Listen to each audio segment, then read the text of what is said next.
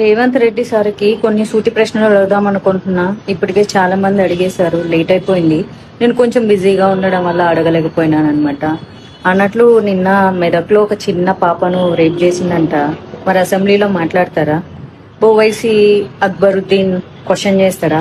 పసిపిల్ల, ఆడబిడ్డ, ప్రాణం, పాపం, అయ్యో అబ్బాస్ తప్పు చేశాడు, శిక్ష విధించండి, దీని మీద మీరేమంటారు రేవంత్ రెడ్డి జీ అని అడుగుతాడా?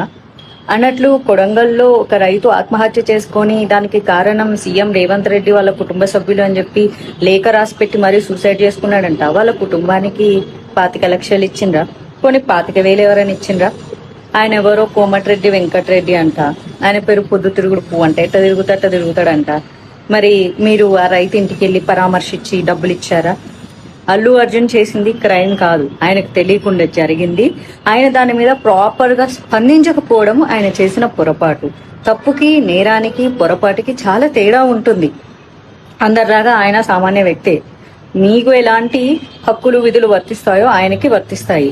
జరిగిన చిన్న పొరపాటుకి సినిమా ఇండస్ట్రీ మీద ఉక్కుపాదం మోపాలి. సినిమా ఇండస్ట్రీని రేవంత్ రెడ్డి కాళ్ళ కింద పెట్టుకోవాలి. జగన్ సినిమా వాళ్ళందరినీ పిలిపించి పోజులు కొట్టి దండం పెట్టించుకున్నట్లు మనం సీఎం అయిన తర్వాత మనం ఎందుకు పెట్టించుకోకూడదు అని.